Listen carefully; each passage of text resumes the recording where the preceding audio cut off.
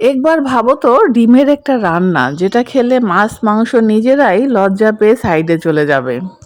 আমি এমন একটি রেসিপি বানাতে যাচ্ছি যেটা একবার খেলে মনে হবে ইস আর একটু খেলে ভালো হতো। ডিমের ভিতরে এমন কিছু মশলা দিয়েছি আর এমন কিছু সবজি মিশিয়েছি যা দেখলে তোমার চোখই অবাক হয়ে যাবে। কি কি দিলাম শেষ পর্যন্ত ভিডিওটা দেখলে তুমিও বুঝতে পারবে।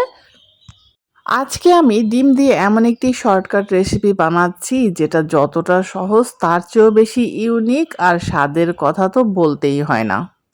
অনেক সময় মাছ মাংস খেতে ইচ্ছে করে না, তখন এই ডিমের রেসিপিটাই আমার সেরা ভরসা। কম সময় কম ঝামেলা কিন্তু স্বাদ একদম ফুল মার্কস।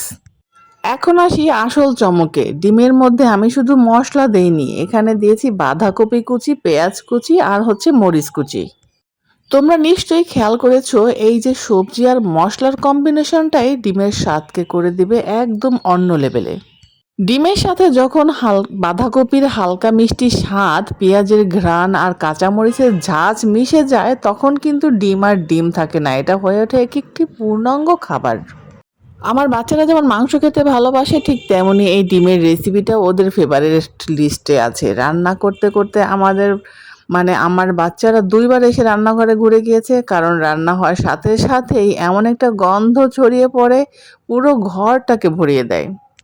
এই রান্নাটার কালারটা দেখলেই মনটা ভরে যাবে, একদম দুর্দান্ত কালার, দেখতে যেমন লোভনীয় খেতেও আলহামদুলিল্লাহ তার চেয়ে অনেক বেশি স্বাদের।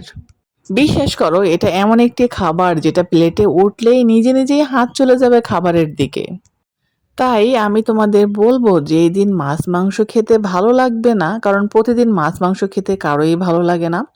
আর যেদিন এটা ভালো লাগবে না সেই দিন শর্টকাট এই ডিমের রেসিপিটা একবার হলেও বাসায় ট্রাই করে দেখো। সহজ, ইউনিক আর পরিবারের সবার জন্য একটা পারফেক্ট খাবার হবে ইনশাল্লাহ।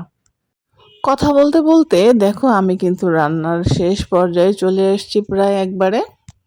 এরপরে তোমরা দেখবে এই রান্নাটার ফাইনাল লুক দেখে তোমরা নিজেরাই অবাক হয়ে যাবে যে সত্যি কতটা দুর্দান্ত হয়েছে দেখতে।